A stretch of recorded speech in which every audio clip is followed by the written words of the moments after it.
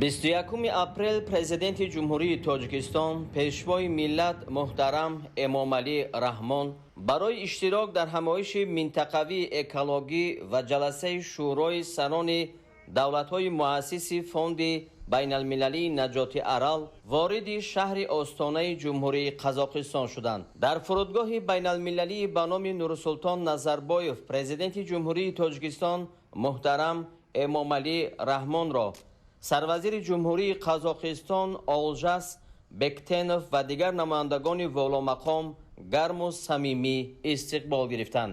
Ба ифтихори меҳмони олиқадр майдони фурудгоҳ бо парчамҳои давлатӣ оро ёфта, қаровули фахрӣ саф ороста буд.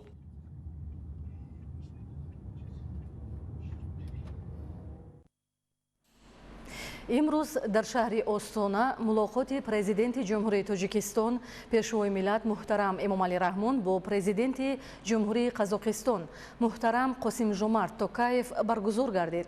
Дар ҷараёни суҳбат сарварони ду давлат ҳолати кунунӣ ва дурнамои муносибатҳои дуҷонибаи дӯстӣ ва ҳамкории Тоҷикистону Қазоқистонро дар заминаи шарикии стратегӣ ва ҳампаймонӣ мавриди муҳокима қарор доданд. ҷонибҳо аз ҷараёни баланди густариши шарикии ду кишвар дар ҳамаи самтҳо изҳори қаноатмандӣ намуданд. аҳамияти таҳкими минбаъдаи муколамаи сиёсии байнидавлатӣ, тавсеяи робитаҳои тиҷоративу иқтисодӣ ва сармоягузорӣ дар соҳаҳои мавриди манфиатҳои тарафайн бахусус дар бахшҳои саноат, нақлиёт, логистика ва аграрӣ таъкид гардид.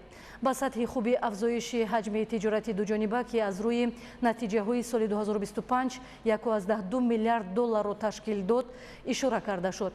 соҳаҳои рақамикунонӣ, инноватсия, технологияҳои муосир ва зеҳни сунъӣ ба сифати самтҳои ояндадори ҳамкорӣ муайян карда шуданд.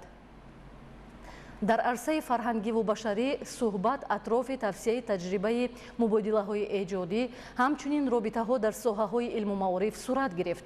дар самти амният сарони давлатҳо ба масъалаҳои таҳкими ҳамкориҳо дар соҳаҳои низомиву техникӣ инчунин муқовимат ба хатару таҳдидҳои ҷаҳониву минтақавӣ диққати махсус доданд.